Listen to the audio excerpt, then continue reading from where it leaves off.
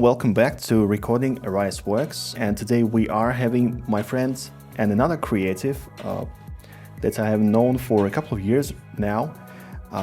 He goes by the name Midphase, and he is Case. He is known in the Houdini community as a creator of tutorials. He made the LA Hug presentation on render engines, and he creates, pretty much anything you can think of. He got this, so please welcome my guest, Midphase Case. Thank you for having me. This is fun. Let's have some fun talking about cool, geeky stuff. Hopefully, yeah. Technically, you are 2 times in a row, because previously we were talking about 20 months ago, but it was a little bit of a gap between the episode number 2 and number 3. So you are the returning guest. All right. I feel even more special now. Yeah. This is great. Okay, so first of all, I will just, make a little bit of advertisement of yourself. So you can find Midphase profile on sideeffects.com/profiles/Midphase, where you can actually see his talk on Houdini and Redshift. And if you are getting started with Houdini and rendering in Redshift, I would suggest you go, watch that, because there are a lot of tips and tricks for people who are just getting started and even intermediate people. I think you were talking about instancing, and you were talking about,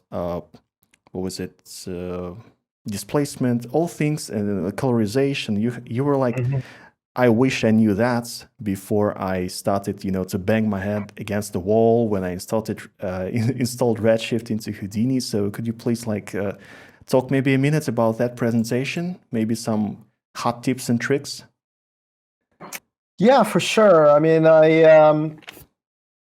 it's interesting to me because when it comes to render engines, there's still a lot of things that people don't really understand. There's, I use Redshift for a number of years, and so for me, everything's kind of common sense, But then, I'll go and meet other creatives, and I'll tell them, I'm using Redshift, and it's really cool, and they're like, "What is that?"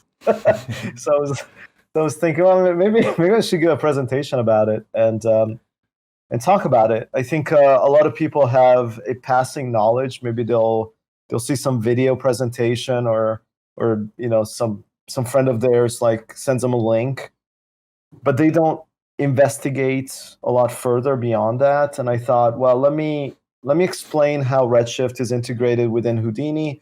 Let me explain what are some of the benefits of it and what are some of the limitations. And and that was my presentation. And of course, I've developed my own workflow and my way of doing things, which might or might not be the correct way, but it works for me. And I thought that I would share that. And my tutorial channel, Right Brain Tutorials, is basically based around the same idea. Those are all things that I find interesting, that I've developed these solutions, or I've learned about these solutions, and I want to share them with people because I figure, well, maybe somebody else is running into the same problem, and here's a way to tackle it. Yeah, I guess this being the Houdini, not everything is extremely explained, especially just installing the Redshift. You have to go into the environment file and blah, blah, blah. You have to change things like Pentagon hacking from the 90s, right? Something like that. Well, one of my most recent tutorials is about packages. Right. And, which is supposed to make things easier, but in some ways it's made things more complicated because it's supposed to keep you from having to deal with this massive, env file. Mm-hmm. And it fixes that, but it also introduces some really, really bizarre kind of, issues that can be confusing if you're not really sure what it is that something means. What does Houdini path, for instance, when Houdini path is uppercase, it has a different meaning than if it's lowercase. And that can be very confusing, especially to new users. So I had to do a lot of research and really, really try to learn what it is about Houdini packages and how does it work and how's it going to work for me, so that I can then convey that information to other people. But it's not easy. Yeah, so there you go. Right brain tutorials. We will leave the link in the description below the video if you want to check that out, and I'm pretty sure you want to check that out. So today's kind of like the title of the talk would be the importance of rendering and why do we even render, and maybe if there is something new in the rendering that will come across to creatives like you, like me, like everyone that is watching, maybe listening to this. Because like rendering, the act of rendering, correct me if I'm wrong, is just the process of representing the shapes to forms using the different values, so to speak, using the lights and shadows, and to tell your story with, in our case, just pixels. So technically you can render with pencil if you wanna. That would be like almost painting with pencils, but rendering. So why, like, you are my guest and you like get perfectly for this one because you have invested so much time in learning different render engines. So yes, too much time. Yeah, the importance of rendering, like in the end, what you want to have is a picture that tells a story. You don't want just to have some pixels, random like pixels like green, blue, right? Red or whatever. You want to tell a story, but wouldn't it be great like to have just this one render engine that will solve all your problems? And knowing you and myself, we switched a lot of rendering engines. So maybe you could dive a little bit inside. How did you get started and why did you switch so much just to tell like the story in pixels, but using so many render engines? Yeah, because rendering fundamentally is visualization. It's a visualization method of visualizing your data into an image of some sort. And it's not any different than if you're visualizing a graph or, we've all seen this like pie charts and stuff like that, it's the same idea. The difference is that we're not visualizing, specific information such as, like number of people that are over the age of 85 or something like that, versus we are visualizing points in space in a way that creates an image, so that, because fundamentally our geometry are just points in space, just coordinates. They're like, a set of coordinates that then are connected with faces or polygons, and that are then shaded with, surface, textures and shaders and other properties, which then the render engine gets all that data together and says, okay, based on all the information that you've given me, this is what it looks like. And, so it's the gateway that we all aspire for, for all the work that we're doing, all the modeling, texturing, lighting, atmospheres, all that kind of stuff. I mean, rendering is the vital final component, because otherwise it doesn't really mean anything. Yeah, I guess for a visual medium to not see anything is just, kind of bizarre. By the way, you said like the render says this is how the pixels are to be seen from my perspective, right? That's why render engines are different. They have all different perspectives on how pixels are seen or calculated or whatnot. So what was the first render engine? How did you progress through render engines and where you are at in them? Which one you're currently using and loving, if any? And loving, I don't love any of them. I enjoy, I tolerate some more than others. How's that? Sounds good. I started out on Cinema 4D, and Cinema 4D, I was using the physical renderer, which is a biased CPU, rendering engine which is not particularly fast and it's not particularly realistic. And also keep in mind that when I was using Cinema 4D, which was I think R15 or something like that, they didn't have a node system for their materials, and everything was layer based, and the materials themselves were very, very limited. They hadn't introduced some of the newer technology that for shading that came a little bit later, and but you tend to accept it. You're like, okay, I guess that's the way it is. I mean, that's the best that I can kind of make something look. But there was always that feeling of, what am I doing wrong? Because I'm looking at these movies and they look so much better. How do I get there? How do I get my stuff to look as good as what I'm seeing, these other, bigger visual effects studios to look? Right. So there was a bit of a point of frustration for me, because I just couldn't get the Cinema 4D physical renderer to look as good as that. I just, no matter how hard I tried, no matter how many tutorials I watched, I would reach a limit of realism.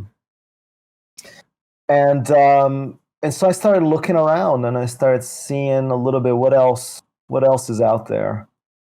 And the first third-party render engine that caught my attention was Arnold, because I had heard a lot about Arnold, and based on my research, that's what they were. The big visual effects houses were doing. That's what they were using, and I was like, okay, if that's what they're using, I want to be using the same thing, because my goal is to make my stuff look as good as theirs. Right. Correct me if I'm wrong. Previously, Arnold wasn't even available for public. To get it, you had to be either in the studio or some sort of invite, because for mortal people, it was even not achievable to use it in the first place. Right. But, by the time that I discovered, that I found out about Arnold, it was available to the masses. Okay. And I mean, this is before they got bought out by Autodesk. They were Solid Angle was the company. Yeah. So you could go there, purchase a license, and install it and run it within Cinema 4D. And that was really my first exposure to a third-party render engine. I mean, honestly, before that, I didn't even understand why there was such a thing. I couldn't really wrap my head around the idea that, a different renderer is going to give you different results. Wow, that's that was really, really a very alien piece of information for me. Right. And as I said, it wasn't until I felt like I had reached the limit of what the Cinema 4D physical render was giving me that that I started finally understanding, why do we have different render engines.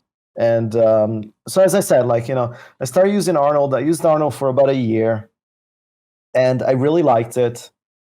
And I loved the realism that it was giving me. All of a sudden, I don't know, some models that in the Cinema 4D physical engine would look kind of plasticky or fake. Mm-hmm. All of a sudden, they just looked more real. The way the light fell on on the geometry, it just seemed more lifelike. There was something about it that I was like, yes, this is it. This is how I can get to my goal.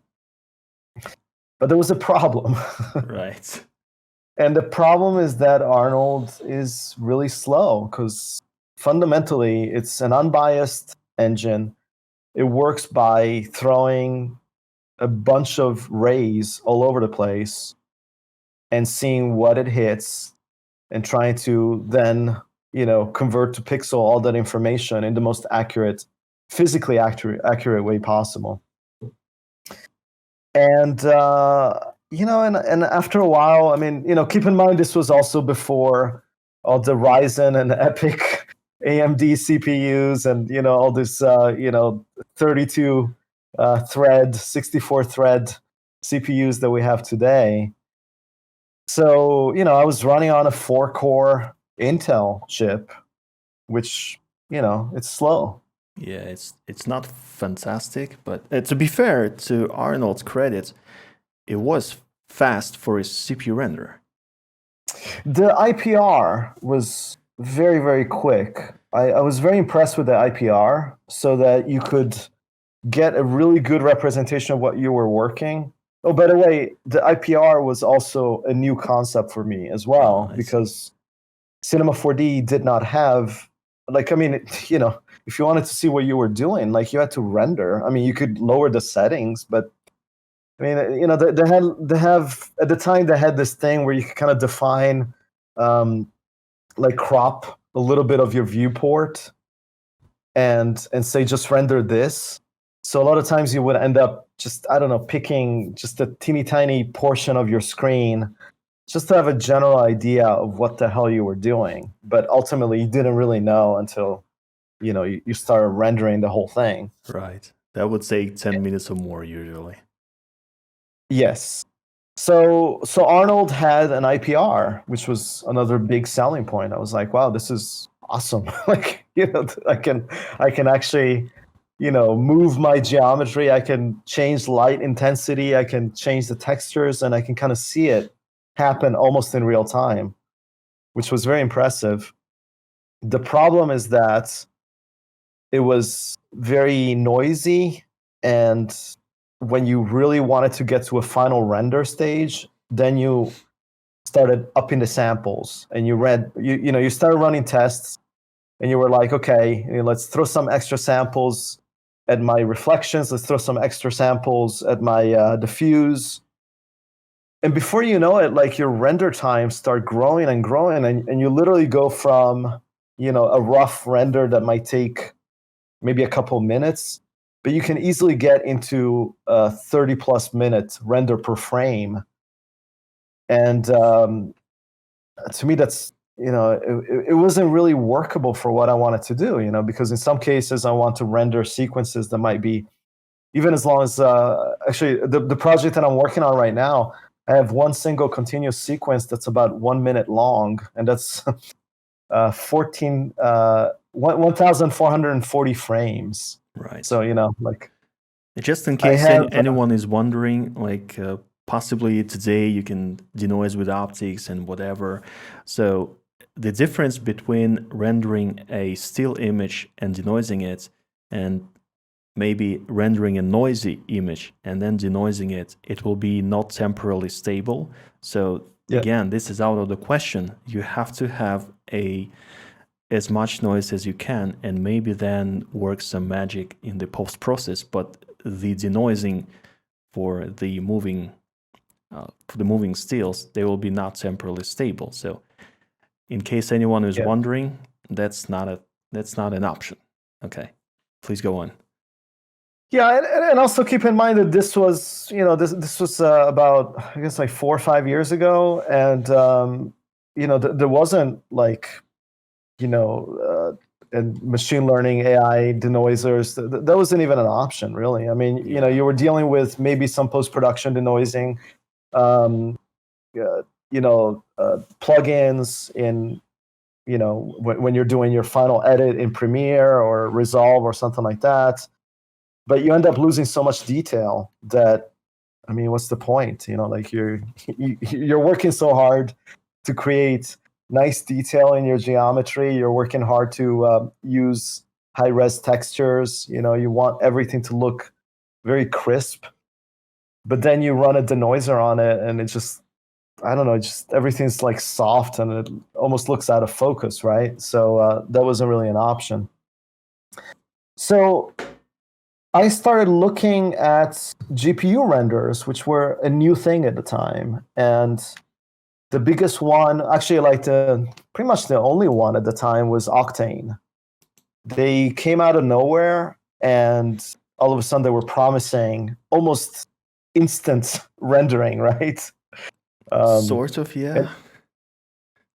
And it was scalable too, because when you're dealing with a CPU renderer, well, you can't just keep adding CPUs. You can change your CPU. You can, buy a new CPU. A lot of times that comes with buying a new motherboard. I mean, it starts getting complicated. Right. And with GPU renders, part of the appeal is, I can just keep adding more GPU cards as I need them, and also as my budget will allow me. So I can start maybe with one card, and little by little, I can kind of add additional cards, and the render speed will scale. So that was very, very interesting and very appealing to me. I like that a lot. And so I started using Octane. I used Octane for about a little less than a year, and I liked it. There was a lot of cool things about Octane that that I thought was doing really well. The quality of the renders was very close to Arnold. It still had that very photorealistic look. Once again, I liked the way the lights interacted with my geometry. I liked the way that the textures were displayed. I mean, everything about it was really, really cool with Octane. And I was pretty happy with Octane, honestly, until until I decided that now that I'd found a good rendering engine, I was no longer happy with Cinema 4D. I felt that Maxon was not coming up with the type of updates that I really wanted. I wanted to have really good fluid and smoke simulations because I was doing, explosions and things like that. I wanted to have better particle systems. I wanted to have, just overall more powerful of a platform to create with. And, and Maxon was, I think they still are mostly focused on motion graphics. I suppose. So, they really have a very strong,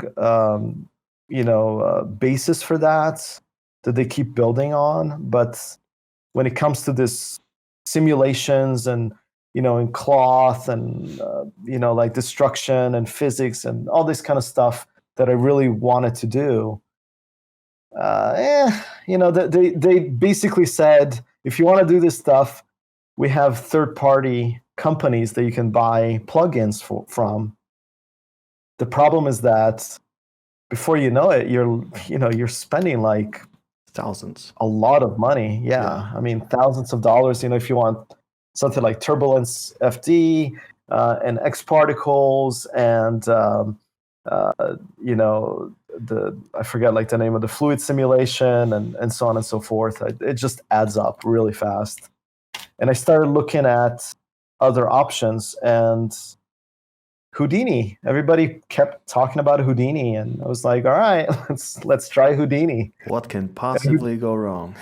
What could possibly go wrong, right? And I think last time on the last podcast we recorded, I think I mentioned that I tried Houdini twice, and it finally stuck the second time. But the first time, I downloaded Apprentice, installed it, ran it for about like 10 minutes, and I was like, screw this. And ran straight back to Cinema 4D. And then, and then after I got a little more frustrated with Cinema 4D, I went back to Houdini.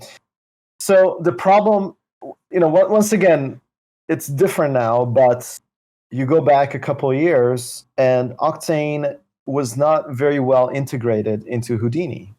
It was clunky. Everybody was like, yeah, this is not, you couldn't access a lot of attributes. You couldn't do a lot of the things that Houdini is really cool for. Mm-hmm. And, and I was, so once again, I found myself, okay, what else is out there? And I started looking at Redshift, because Redshift was another GPU renderer that was very well integrated into Houdini. And I was like, okay, let's go with Redshift. So I ended up purchasing a Redshift license, and that's what I was using for almost 3 years. So I was happy with Redshift, but there is a but. it was fast. It was well integrated with Houdini, but I felt that the quality of the images definitely, I took a step backwards from. They were not, in my opinion. I'm probably gonna upset some of the guys at Redshift, but I've been fairly public about this. There's something about the way Redshift rendered that is just not as realistic to my eyes as Arnold or Octane. So, but that's the price that you pay. Right.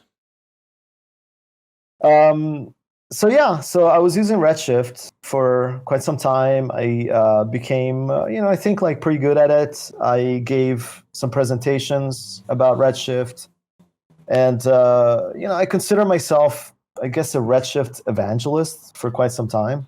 Unpaid. Unpaid, of course. Yeah, I've never gotten so much as a T-shirt from Redshift. Not bad. But then the things evolve, change, and I started once again looking back at what else is out there, because I did reach a point where I felt that I was banging my head a little bit, with the realism. Once again, I was running into this issue where, Redshift is fast. It looks good. I mean, don't get me wrong. I mean, it's a fine render engine, but it's not as good as what I was seeing coming from the Arnold guys and coming from the Octane guys. And I started looking around and seeing what else is out there, and I explored Pixar Renderman for a little bit. Okay. And I like it, but I found it to be very buggy. I don't know, like it crashed Houdini a lot more than what I cared for. And in all fairness, I didn't use it very long, so maybe it was user error, maybe I was doing something wrong. But when you're first starting out with something and it starts crashing on you fairly frequently, you're like, well, maybe I should move along. What was the time where we're using it? Because they rebuilt it. It's now more or less fine on my end. Yeah, it was. It wasn't too long ago. I mean, we're talking about less than a year ago when I was version 22 or something, right? I think it might have been version 23 even. Okay. But I was having some issues. All right. And also, I mean, it wasn't just the crashing part, but I would change things and the IPR was not updating, and I would have to restart it every time just to see, like if I change my texture or add a different node. Anyway, there was something about it that just didn't really sell me. Yeah, it was kind of slow to use, right? Actually, the speed didn't bother me so much. It was mostly, I don't know, like it just didn't really connect. I didn't really connect with it for some reason. And then shortly after that, Karma came out, and I was like, all right, let's see, because can possibly go wrong. Version 2. Could possibly go wrong because I like Mantra. I like the way it looks. It's very Arnold-like. It looks very realistic. It's very well integrated with Houdini, all this stuff. And I was like, well, but it's slow. Mantra is, in my opinion, even slower than Arnold for sure. And there's really not an IPR with it. It's like, this is not the way I want to work, right? I need feedback. So I thought Karma is the way, hopefully keeping my fingers crossed. And I started using it a little bit. I was like, okay. But then I started watching actually your videos about it. I figured on let Karma you or jump on off Mantra. the cliff. Which one? On Karma. Oh. I figured let you jump off the cliff first and tell me. Yeah, I can tell you those videos are, let's call them controversial, because many people would not agree, and they would show their disagreements, I presume, through, disliking, which is fine. I get it. No hard feelings. It's just when you disagree with a video, you can dislike. Maybe they really disliked what I had to say, but let's call it, the video was kind of controversial for sure. Because when you like something, when you invested money in something, and I presume a lot of people who were watching the video, they were in one or another way monetary invested in the thing. And when someone tells you like, this is not gonna go well, you surely will be frustrated. That's what I think. I don't know. Let's just hear what you think, because I don't think I got a lot of positive feedback or any feedback on the matter. Well, everybody has opinions, right? Of course, but when I hear somebody say something about whether it's a render engine or even if it's a car, it doesn't matter, anything, like a restaurant.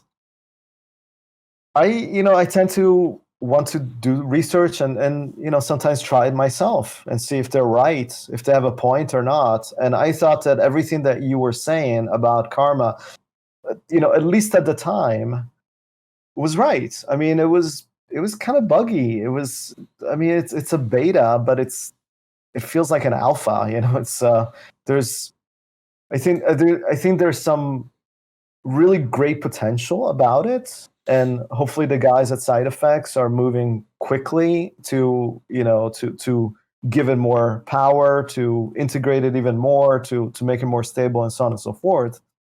But it doesn't change the fact that right now at this time, or at least I should say, when Houdini 18 was released, it wasn't really something that I could say I can use this right off the bat.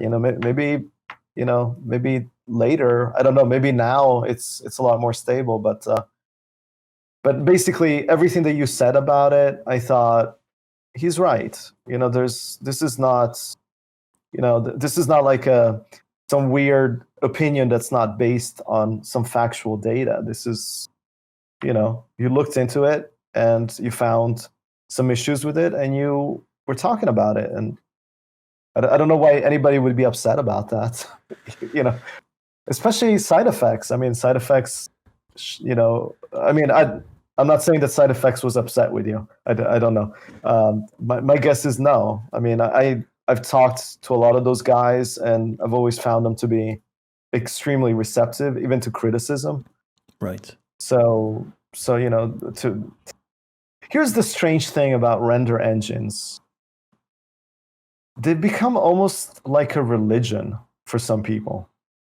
I mean, the type of fights that I see people get into online, when there's some conversation about Octane versus Redshift, or Arnold versus Renderman, or this or that, people get so angry.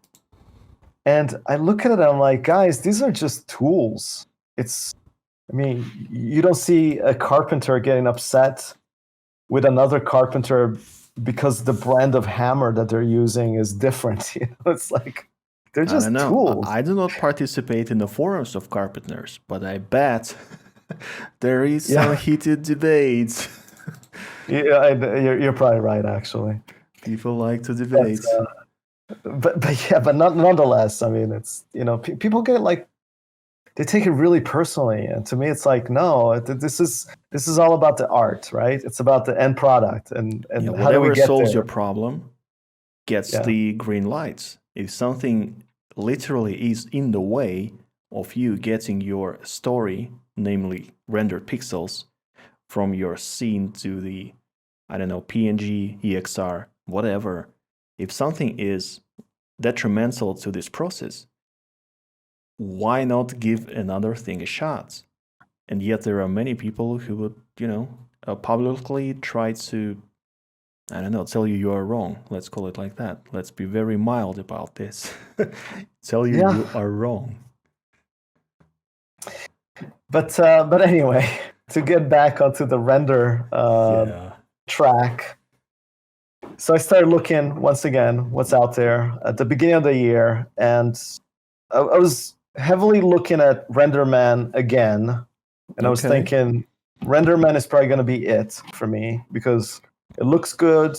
It's CPU based, which is not great, but it's a little bit faster than Arnold's. I could probably work with it. In the meantime, CPUs have gotten faster, more cores, so maybe this is a workable solution. Right. And then on the Houdini forums, somebody mentioned 3D Light, which I never heard of. And I thought, this is, it's, I wasn't familiar with it at all. The name almost sounded, like it's not this like technical kind of power name, like Mantra or Arnold or, Redshift. It's 3D Light almost sounds like it should be a candy bar. Sort of, yeah. But because it's spelled 3 and then delight, like I guess like Turkish delight, or so anyway. So like my first instinct was like, what is this? What is going on here? Like is this even for real? And I went on their website, and their website, admittedly, I wasn't like, it's not the most informative kind of place, and I was like, this is not even available for Houdini. Like, why are people on the Houdini forums talking about this? Because this is not, I don't see anything about Houdini on the website. Currently, there is a tab for Houdini. I'm looking at it right now. So, yeah, go on. Yes, they added it recently, finally. They added that. They added another one for Cinema 4D, as a matter of fact. So what I realized is that I had to sign up to the forums, and then in the forums there was a sub-thread about this early beta for Houdini, and I was like, okay, cool. And then you signed up for it, and then all of a sudden you could download the Houdini plugin, and right off the top, I was impressed. And let me tell you what impressed me about 3D Light in the first place. Okay. I clicked install, and then I was like, okay. And then, I'm trying to look online. Okay, what do I have to do here? I have to create, either I have to go into the Houdini env file, or I have to create a package, and I'm going to have to point it to this and that, and, all that stuff that we all hate. Right. And nothing. I didn't have to do any of that. Like basically the installer pre-configures your packages in Houdini automatically. You don't have to write, you don't have to type any documents, you don't have to like open anything and point it to certain directories or anything like that. You just run the installer, launch Houdini, and it's there. And I was like, wow. Revolution. Why doesn't everybody do this? I mean, it's insane that like I have to create packages or change directories. Why doesn't everybody do it? Like, this is so simple. I think that when people will be like coming from like, I don't know, Maya or Cinema and listening to this and thinking, are these people crazy or something? This is how it's done, right? Yeah, in Houdini sometimes you go and just, that's another story topic, especially considering when you have two different render engines. And previously you had the side effects labs, and it all conflicted and it never worked. You either had not working Redshift, or your add-ons didn't work, or everything didn't work. So that was really fun. Yeah, and to this day, by the way, there's so many people complaining that if you have Renderman, and if you have Arnold, and if you have Redshift all installed, there's a lot of conflicts, and there's it's important in which one gets loaded first, because otherwise you don't have access to all the options for the other ones. It's kind of a mess, honestly. Yeah, that's fantastic. But Redshift, 3D Light, as I said, impressed me right off the bat. That was the first thing that I was like, okay, this is awesome. And then the second thing is I'm looking for a PDF document. I'm looking for some sort of tutorial manual and stuff like that. And they had, I think, like 5 short videos on Vimeo to get you started. And they were all within 3 minutes long. And basically they span everything from creating materials to rendering VDBs. And basically within the space of about 10 minutes, I knew everything that I needed to know about this new render engine. Just to be clear, you could use it just because you had like extensive experience with the previous many render engines. Because some people like think, okay, 10 minutes to learn a render engine. This is kind of bizarre, right? Just to be clear, you had a lot of experience with previous render engines, and everything was more or less logical, I presume, in the new one. It's not just that, but for me, it was the simplicity of my render settings. Right. Arnold is pretty simple, okay? But Arnold has, if I remember correctly, 5 or 6 different parameters for your. You have your overall samples, and then which is a multiplier of your diffuse samples, reflection, refraction, so on and so forth. Sort of like, what is it? Sort of like Mantra. They are virtually the same in that regard, I think. Yeah, typically, unbiased path tracing render engine tend to have relatively simple type of settings, but they're still, they can still be a little bit intimidating. Right. And then Redshift was crazy when it comes to render settings.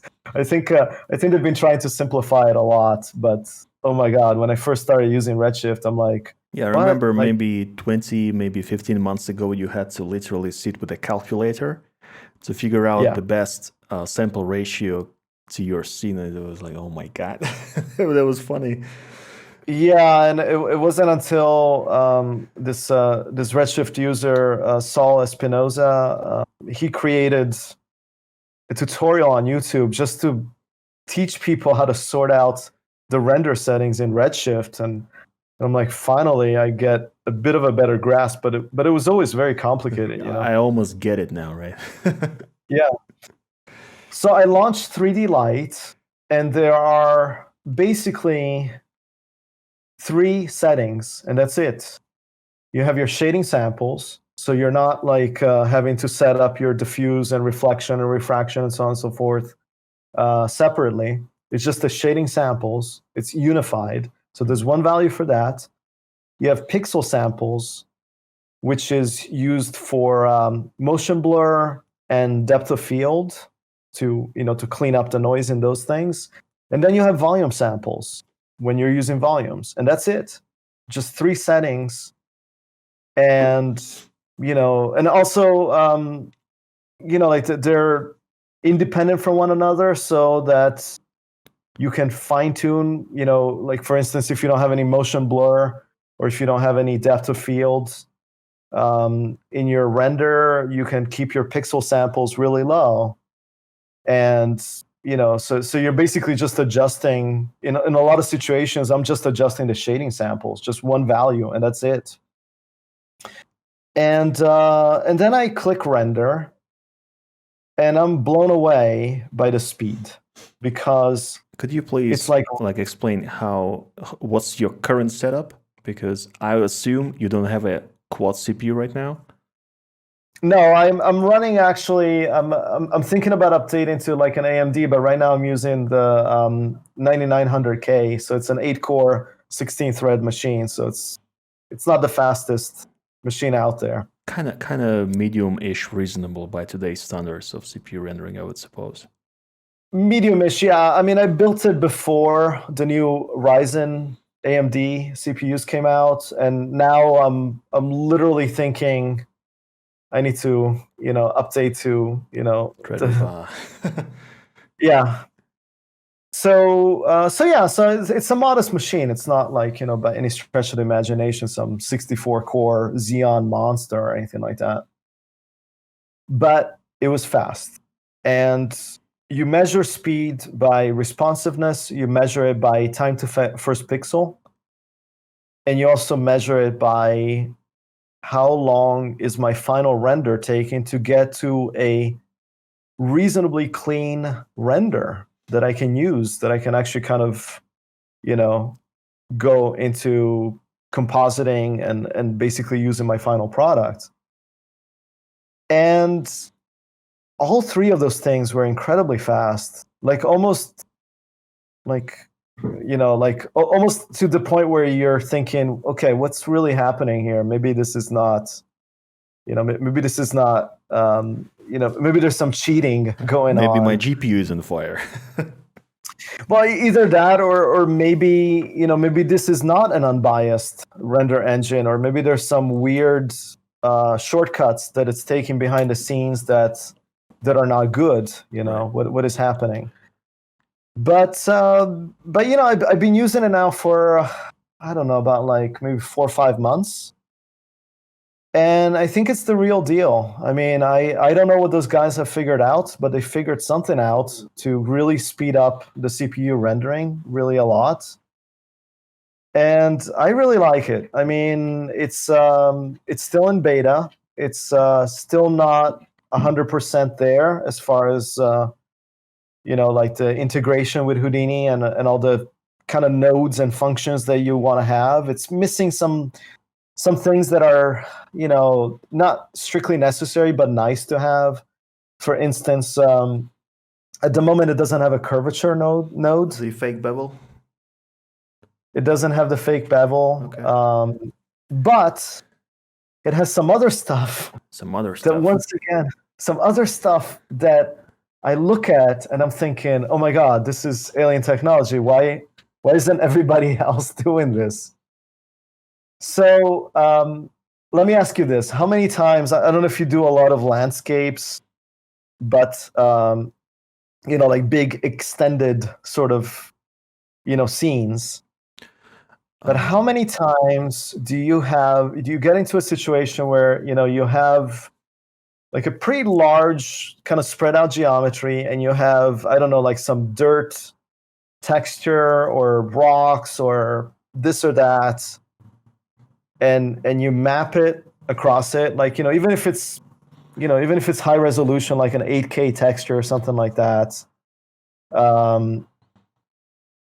you still can't just spread it out over the whole thing, because you're going to lose too much resolution if you get close. It's fine if you're, from a distance, but if you have a shot where maybe it's an airplane and you're going from fairly high off the ground, and then you want to get pretty close to the ground, you're going to start seeing that texture break up if you're stretching it out over your entire landscape. So what you end up doing, unavoidably, you end up, repeating it through, so that you have UVs that are repeating the texture over your landscape. And unavoidably, when you're looking at it from a distance, no matter what, you end up see the with pattern, yeah. You will see the pattern. You will see the tiling, and it doesn't matter how smoothly it blends into the adjacent squares, you're going to see something. Well, 3D Light is built in. This is built into their texture node, by the way. So this is something that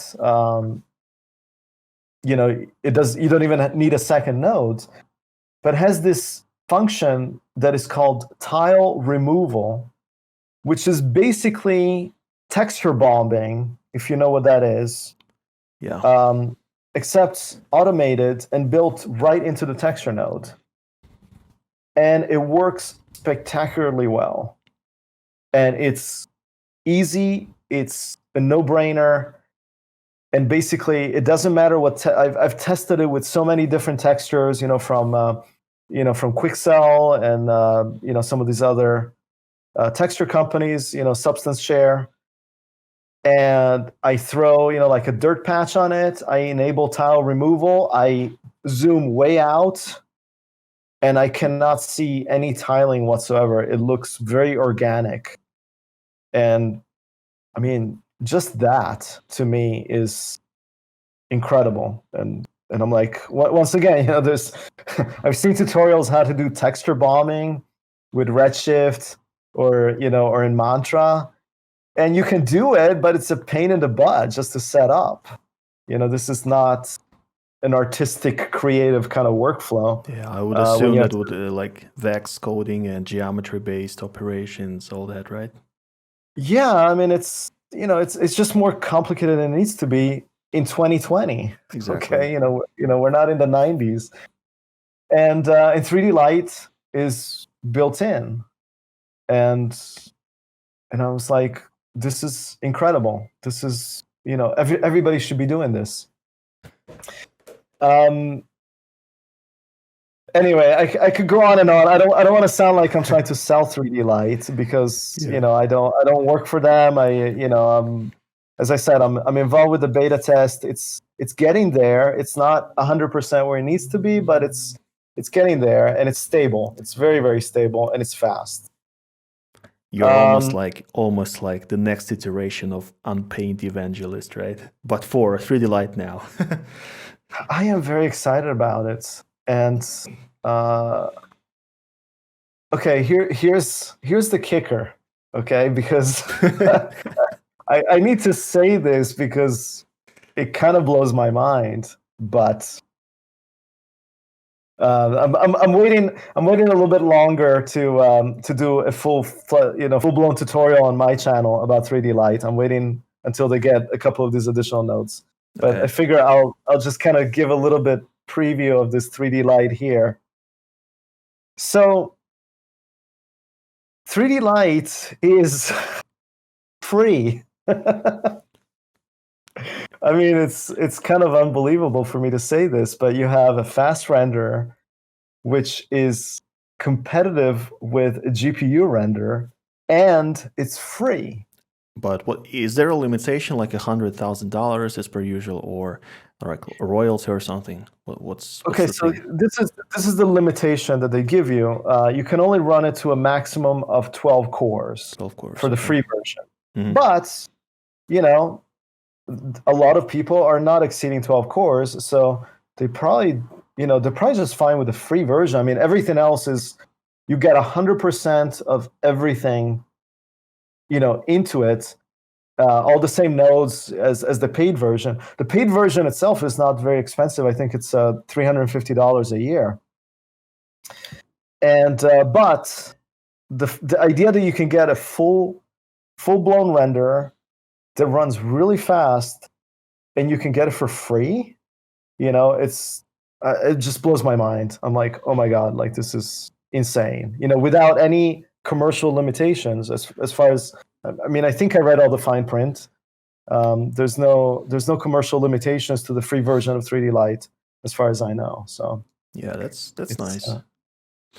Yeah, and then and then there's another element to 3D Light that maybe we can use it to kind of jump into the next iteration of this conversation, which is that I believe that their business model is also based on the idea that you can do cloud rendering. So they provide cloud rendering services that are built into 3D Light.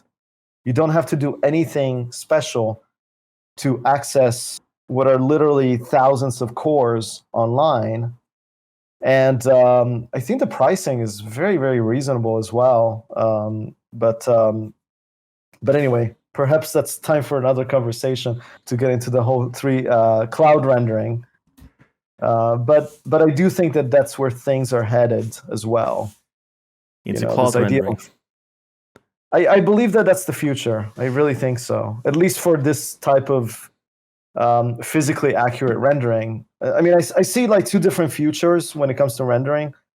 One is physically accurate, high-end cinematic rendering that really requires to be as realistic as possible.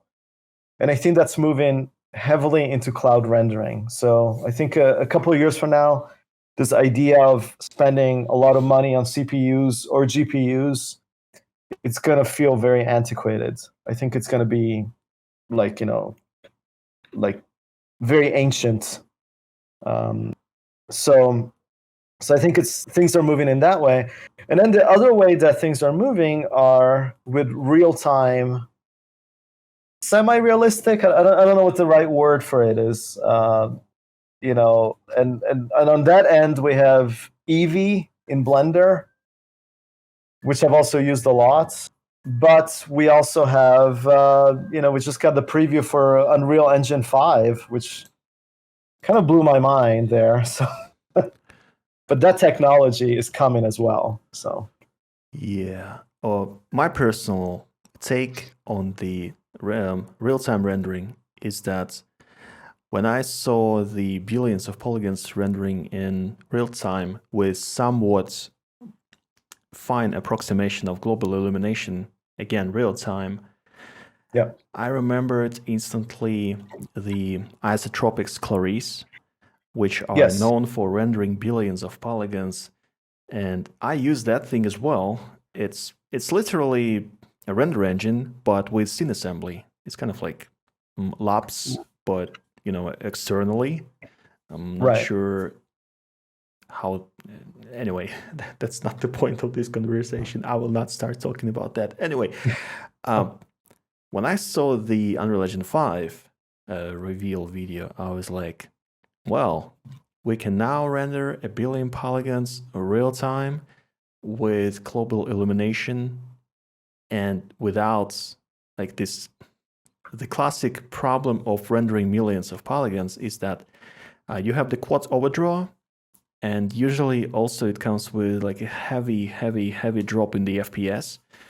And Right. I don't really know how they overcome this, because this has been since, I don't know, at least year 95, 6, where was the 3dfx Voodoo or something. So you could not have the triangle fan in your cylinders, because the triangle fan in the cylinder would force the GPU to compute the quad overdraw. So it was more, it was a better and production readier way to have the loop cuts through the cylinder, not just the triangle fan, because whenever you were looking at it at an angle that was glancing, like not from the top down, but from left, right, or whatever, it would cause unneeded strain on the GPU. And this has been there for 25 years. And now they're telling me that, you know what, we solved this problem. I'm like, oh, well, let me see. And it's there. It's there. The only thing that's I haven't seen yet in the Unreal Engine 5, they partially have shown us the grass, but there was not a lot of grass. So a lot of things that we were seeing is this solution of quad overdraw. However, the grass doesn't only have that, it also has the opacity overdraw. So the more shaders with opacity you have to compute, the slower the shading compute becomes. So there was not a lot of grass going on, so I cannot really comment on that. I wish I saw the material setup, material instance, how much does it cost, but you know, no one has this on their hands apart from the people who recorded the video, which is frustrating, but oh well, we have to wait a little bit more. And the second thing that was not there, and they were really careful about not showing a lot of that, was the volumetric rendering. Before anyone tells me, have you seen the dust and this and that, I know there was the Niagara particles, there were the classic way of rendering the semi-transparent planes or meshes that have the projected textures going on. It's kind of like the perception of volumetrics, but what it is, it has nothing to do with volumetrics, so to speak. It just looks sort of like it. The way today volumetrics are rendered to a degree that looks sort of realistic, I think the most advanced thing is the ray mushing through the fake volumetric texture data. And it doesn't look particularly fantastic, nor does it run really well. It looks okay, it runs sort of okay. It's absolutely not for real time. Maybe you can use it for rendering things, for visualizing things when you have like the top of the line GPU, and you have a couple of things going on with this effect, but for gaming, not really. Me personally, I don't see game engines as a thing to create games, but to render my things. This is why Yes, me absolutely. personally, I am fully translating everything I have into real time. Well, with reasonable limitations, of course. And it's a fun journey, but that's again another thing to maybe talk about later.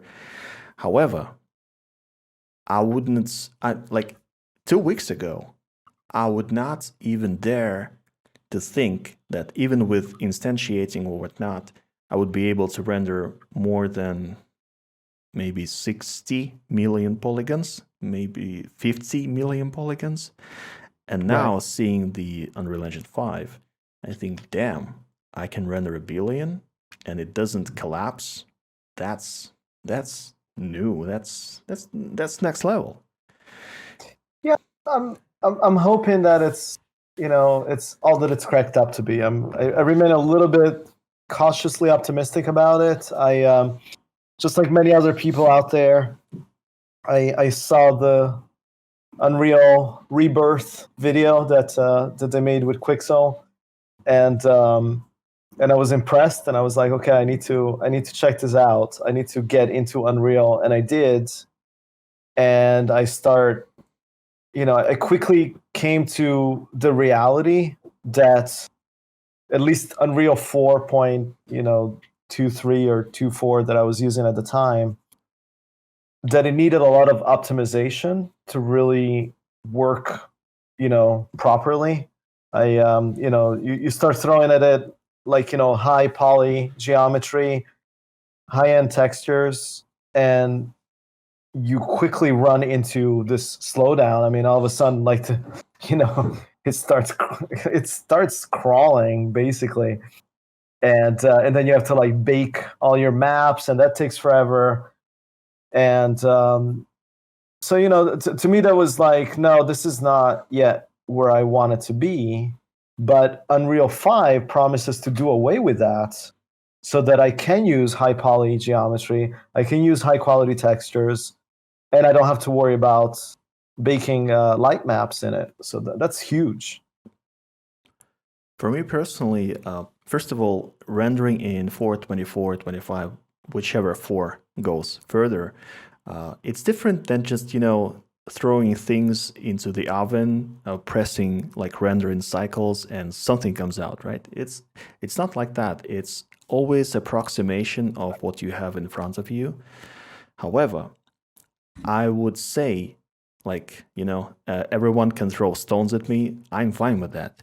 That technically, physically accurate rendering is superfluous, and you don't actually need that. It has nothing to do with perception of things being real. Like, let's say Zootopia, right? It's not technically, physically real, but it feels real.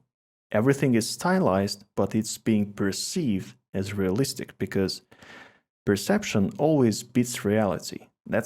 That's like the first thing you have to understand when you go into the rendering, especially stylized or approximated, whichever.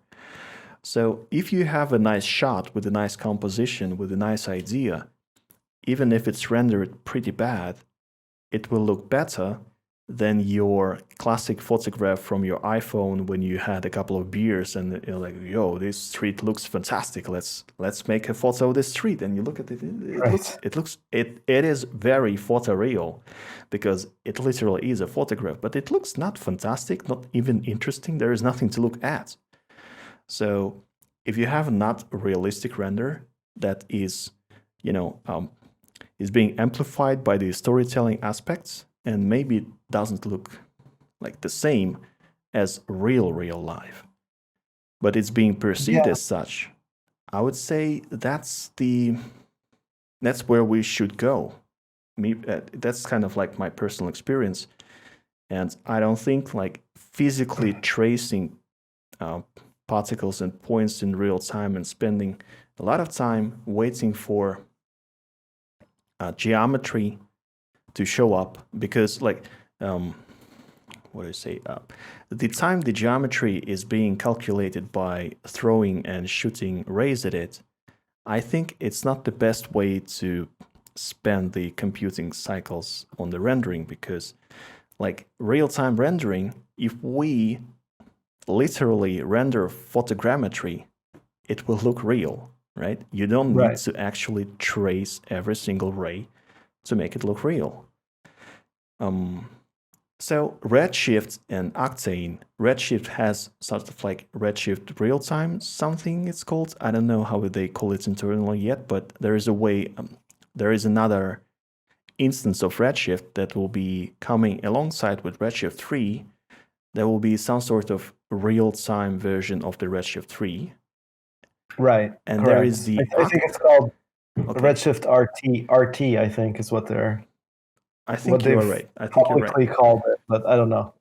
The next thing, the next smart company that gets it, let's call it, right, is the Otoy, which have the Octane, and the branch of real-time Octane is called Brigade, which is another real-time-ish. It's not real-time, but real-time-ish version of their technology, and it looks impressive. I've seen it. It's pretty cool. So yeah, did you see actually like Jules released some videos? They're running Octane on an iPhone now. It's amazing. Yeah, that's the branch called Octane X or something. And the interesting part in that is that when the AR added something on the desk in front of the screen, it had the real-time reflection from the real screen in the AR geometry. That was kind of, I was like, whoa, that's interesting, because usually you see the AR stuff, it doesn't have shadows or reflections or anything. And that thing had everything ray traced. I'm not sure if they were connected to the actual computer to figure that out, but it all looked impressive. So you have these render engines, the classic ones even running on GPU, that are coming to the real-time medium, and then you have the actual real-time engines that are fighting their way to replace maybe the classic way of rendering anything you want. Yeah. So and some of it is already here. I mean, Eevee in Blender, it's pretty damn close. I mean, I'm seeing some pretty impressive stuff, with Eevee. I use Eevee. I use Blender. I'm getting more and more into Blender. That's good. That's good. Yeah, I mean, well, that's another one, like Houdini, like it took me a couple of tries before it actually stuck, because when I looked into Blender, it was like 2.7 something, and I was like, what is this nonsense? I can't even select things, because they had like the right. Yeah. But ever since they released 2.8, it's gotten a lot better, and it just keeps getting better and better. And and I've been doing a lot of research into different rendering solutions, and to see, sometimes you want like the things to be as realistic as possible. Sometimes you don't need to. One good example of that actually is space scenes. If you're dealing with outer space stuff, spaceships, planets, things like that, you don't really need physically accurate rendering to sell it. You can, honestly, you can do like OpenGL stuff that looks pretty good. But Eevee, I was thinking, okay, let's see how Eevee does with some of these shots. And Eevee is cool. There's a lot of very promising things there. So yeah, I think whenever Eevee actually has the tracing of reflections and the shadows, I would consider it kind of like almost we can replace cycles finally. But currently, no penumbras. That's a no-go for me. Currently, whenever I do the renderings in Unreal Engine 4, just moving around the lights and seeing the shadow and the soft shadow appearing real time, it's real time. It's not fast, it's real time. It's just mind-blowing. And every single time I have to go back to render anything with the classic way, even GPU accelerated, I'm like, ugh, this is too slow.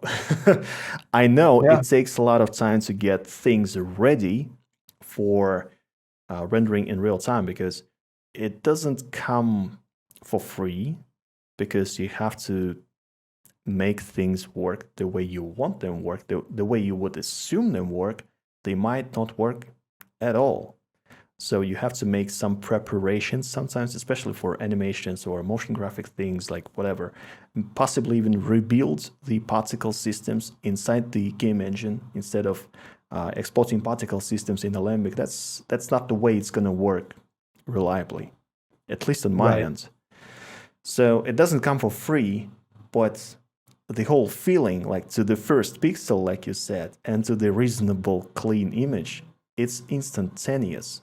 And whenever you think about it, if you want to even like on any screen or maybe in VR ray traced, I don't think we're gonna see it for a couple of years from now, but I'm definitely thinking we will see something like that. So that's the switching of the medium, like VR, AR, all of this rendering. Like the point is, the faster you get to the pixel, it's like the classic VFX is you have this TD, you have these people who were setting up, juniors, I don't know, seniors, all this R&D, creating tornadoes, explosions. Then there is the person who does the destructions. Then there is the person who assembles the scene. And then there is the person who is responsible for shading. And then there is a person who is responsible for lighting. Yeah. And there's like 9 people working on this thing, and everyone does their job, not just because the job is hard, but also because it takes immense time to set this thing up, even to get to the first pixel. Like the lighting artist is there for a very simple reason, because to render this thing and to make it look good, someone has to look into these pixels for hours a day and, set it up. Otherwise, you will not be able to complete the shot before the deadline. That's the reality of slow rendering. You have to have more people to work on this thing just to make one shot. Imagine in the same time with the same people, instead of one shot, we could create 3, 4, or 5 shots. That's true. When people say, go on. No, I was going to say, I do think that things are moving very rapidly. And this is a very exciting time to be in CG and rendering. I am convinced 10 years from now, like, we'll be laughing at this. We'll be like, oh my God, do you remember when we couldn't see what we were doing until we hit render, and then we had to sit there and wait? Right. I think that's all going to be, completely usually the naysayers, they are saying like, well, I might lose my job. Think about it. It's not losing your job. It's the opportunity to do more type of this work within the same time constraints, right? It's not anyone who's going to fire you because you know your skills, your stuff. It's just instead of 9 people working on the shot, you could use just 3 or 2 people. And you could imagine we had not just one Blade Runner 2049, but we had 5 Blade Runners with the same budget and just one after another, like the Star Wars. But that's kind of like that, but with the same budget and with the same amount of people. That would be amazing. I wouldn't say no to have 5 fantastic movies instead of 1. Right. I think that's, for me, what it is about is to make the creative process more flowing and more transparent. And look, it's better, in my opinion, to spend 5 hours on a shot because you're fine-tuning the lighting and because you're fine-tuning the composition and you want to get everything to look just right, than to spend 1 hour on the shot and 4 hours rendering just to see what the hell you're doing, Yeah, if the leaves on the trees need more subsurface scattering or not. Yeah, because my typical process with any render is I end up redoing my shot, re-rendering my shot at least 3 times minimum. And what that means is that I will get to the point in Houdini where I feel my scene is set up correctly. I've done the IPR thing. I think it looks good. I render it out, usually overnight. Come back, I look at it. I'm like, you know what? I'm not crazy about this. There's something about it. Like, maybe my object is moving a little too quickly. Maybe the textures are not selling me as well. Something about it. So then I end up go back, make some tweaks, change things, re-render overnight, come back the next day. And I'm like, still not there. I'm not crazy about how this light is bouncing off of this surface. I'm not, crazy about this. I'm not crazy about that. And usually that's the process for me. So if I could compress that into, instead of taking, maybe like a week of renders, if I could compress it into seeing it in real time and making those creative decisions right then and there, I mean, that'd be amazing. Well, what can I say? Join the camp of real-time people. Yeah, well, start cranking out some of these Unreal tutorials that you've been promising. I've been waiting for those. We will have a lot of that, and I'm pretty sure this will be like the most elaborate series about at least Unreal Engine 4 material system, because everyone is like, this, that, maybe, I don't know. But there is a lot of things to talk about the materials. We will cover everything. If you're watching it in the future, the possibility is there that a lot of videos are already there, so go watch them. And if you're watching it in the not in the future, wait a little bit longer. We will have everything you need to know. So that's like another advertisement right there, and that's a full of advertisements. I need to get paid sometime. No, right? I'm hoping. Here's my wish. I'm hoping that the Epic Games Unreal guys will surprise us. That maybe before the end of the year, they'll be like, "Guess what? It's ready. Here's Unreal 5. Start playing with it. Even if it's a beta." But I'm kind of hoping that that it will be available sooner rather than later. We'll see. Well, that's a good thing to have in mind. But getting back to the release of Karma, I wish they worked on it a little bit more, so that I had to restart Houdini not every 1 minute to make it work. So let's see what happens. I'm calling it. It's today is the 17th. I don't know anything about this. I'm not on the inside or anything like that. But I predict that this week they're going to make an announcement about Houdini 18.5. I don't know. I'm probably wrong. I'm probably completely off basis, but I don't know. No, that's cool. That's it's what cool. I believe. Let's go with it. It's fine. Houdini 18.5, allegedly in a week from now. Yes. We will see. We will see. So anyway, cool. Yeah, hopefully everyone did not get their brain fried with too many different render engines talk, and maybe I hope this was the talk that would not, sprinkle a war between people that like different render engines. And by the way, we forgot to say that Cycles is cool, right? Cycles is very cool. Cycles is cool. So awesome. Everyone who loves Blender, we love Blender and Cycles. We do not want to instigate a war. It's an open conversation. It's an open conversation. Maybe for people to try things, because like we have listened today, there is a way to go from the GPU rendering back to CPU rendering without feeling any pain in the neck. I don't know. Absolutely. Yeah. So that's the thing. Hopefully, the more render engines out there are, the faster other render engines might improve, right? because, well, it's literally losing the market. So the more there are companies that are working on the render engines, the more options for us as creators to choose from. Maybe it would not be fantastic to always pay $500 per year to check out how it works, right? But you know how it goes. Maybe they will be more open about the demos, like 3D Light. Well, because as I said, 3D Light seems to have like a pretty amazing exactly, because incentive there. Octane is like 1,000 by 600 or something. It's very limited. Redshift has crazy watermarks. It's impossible to see anything beyond those watermarks.